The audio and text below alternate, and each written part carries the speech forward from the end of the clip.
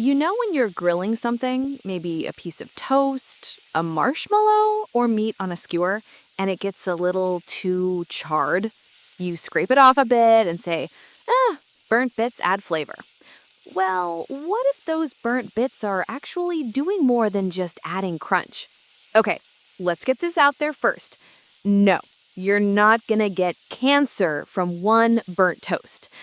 But the story gets a little more complicated when those blackened bites become a regular part of your diet.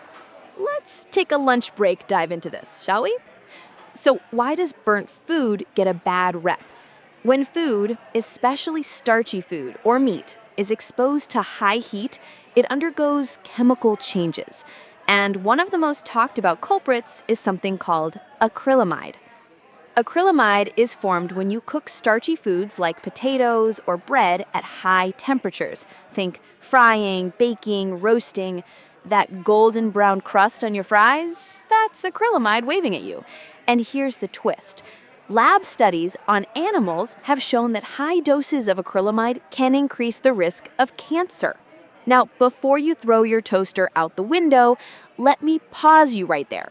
Those were mega doses, way more than you'd ever get from eating normal food unless you were living off charcoal-flavored toast for breakfast, lunch, and dinner. But still, it's enough to make scientists raise their eyebrows. What about meat? If you're a barbecue lover, you might want to know about heterocyclic amines and polycyclic aromatic hydrocarbons, PHAs and HCAs. These chemicals form when meat is cooked at high temperatures, especially over an open flame. So that crispy grilled chicken skin or charred steak? Yeah, that could be a little chemically suspicious. These compounds have also been linked to cancer in lab animals, again at high doses. But whether it poses a real-world risk for us humans, that's still being studied. So, should you panic? Nope, absolutely not. Health organizations like the World Health Organization and FDA don't say burnt food equals cancer, but they do recommend limiting your exposure. Kind of like sunscreen. You don't avoid the sun altogether, but you try not to fry yourself every day without protection. So what can you do instead? Here are some easy and actually kind of fun tips. Don't burn your toast. Just a little golden brown is enough. Sorry, no extra crunchy excuse anymore. Avoid blackened meat bits. Trim them off if needed.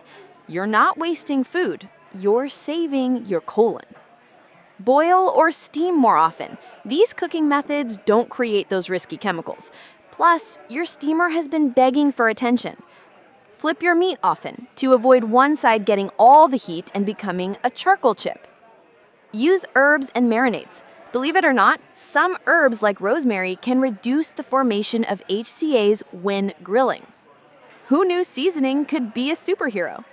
But wait, isn't some burnt food delicious? I hear you.